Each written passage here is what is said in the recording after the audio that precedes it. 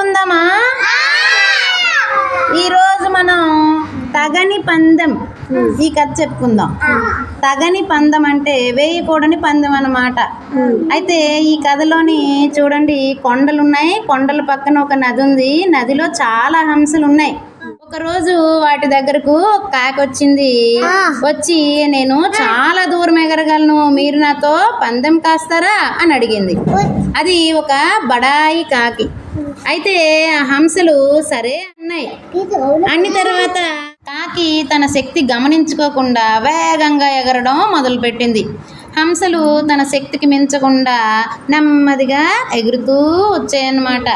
అప్పుడు కొంతసేపటికి ఈ బడాయి కాకి అలిసిపోయి కళ్ళు తిరిగిపోయి నదిలో పడిపోబోతూ ఉంది. అప్పుడు హంసల రాజు చూసింది.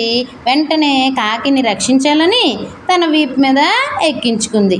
అలాగా నెమ్మదిగా కాకిని ఆవలి ఒడ్డుకి పట్టుకొని వచ్చింది. వచ్చిన తర్వాత కాకి కొంతసేపటికి తేరుకొని అప్పుడు కళ్ళు తెరిచి తన తప్పు తెలుసుకుంది.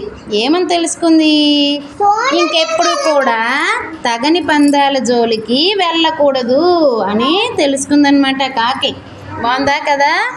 అయితే ఈ కథ గురించి మీరేం తెలుసుకున్నారు ఈ కథ వల్ల? తగని పందాలు వేయకూడదు. ఇంకా ఈ పందెంలో ఎవరెవరు పాల్గొన్నారు? ఎవరెవరు పందెంలో పాల్గొన్నారు?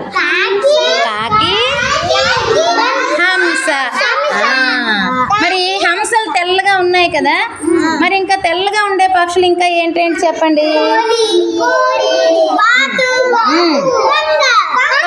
Very good.